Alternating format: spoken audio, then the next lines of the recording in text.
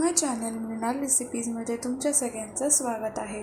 आज आपण बघणार आहोत एक नवीन रेसिपी। तर इथे आपण घेतलेले आहेत टायगर प्रॉन्स आणि तुम्ही बघू शकता की किती मोठे आहेत हे प्रॉन्स।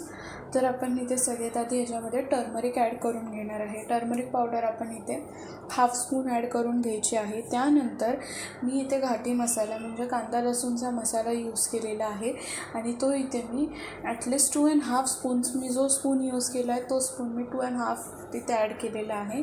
त्यानंतर आपण चवीनुसार मीठ ॲड करून घ्यायचं आहे आणि वरून थोडंसं लेमन स्क्वीज करून टाकायचं आहे। लेमन ज्यूस आपण टाकणार आहोत। त्यानंतर आपण त्याला मिक्स करून घ्यायचं आहे आणि मिक्स करून झाल्यानंतर आपण त्याला 1 किंवा 2 तास मॅरिनेट करायला ठेवू शकतो आणि त्यानंतर आपण त्याला फ्राय करू शकतो। तुम्ही त्याला जितका जास्त वेळ मॅरिनेट कराल तेवढा त्याचा टेस्ट खूप चांगली लागते जेव्हा आपण ते फ्राय करू तेव्हा। तर इथे मॅरिनेट करायला ठेवलेलं। आता आपण एक साईडला घेणार आहे रवा। तर इथे आपण रवा घेतलेला आहे। आता आपण एका साईडला तेल गरम करत ठेवायचं आहे। सो इथे सगळ्यात आधी मी पॅनवरती तेल ॲड करून घेणार आहे। त्यानंतर आपले जे प्रॉन्स आहेत त्याला मी एक एक करून रव्यामध्ये थोडंसं कोट करून घेणार आहे।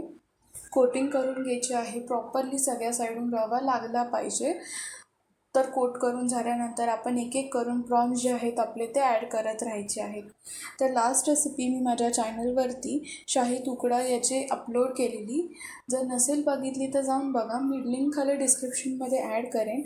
माझी इंस्टाग्राम ID या रेसिपीसाठी लागणारे सर्व इन्ग्रेडियंट्ससुद्धा खाली डिस्क्रिप्शन बॉक्समध्ये ॲड करेन, तर जाऊन नक्की चेक करा आणि तुम्हाला नेक्स्ट रेसिपी कोणती बघायला आवडेल तीसुद्धा सांगा।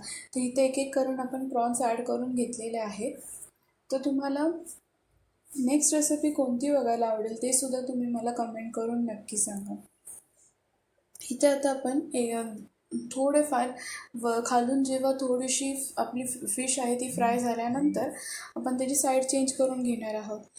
आणि जेव्हा पण आपण फिश फ्राय करायला घेतो तेव्हा तेल चांगलं तापलेलं असायला पाहिजे, जेणेकरून तो रवा आहे तो प्रॉपरली त्याला स्टिक होऊनच राहील फिशला आणि तो पसरणार नाही तेलामध्ये।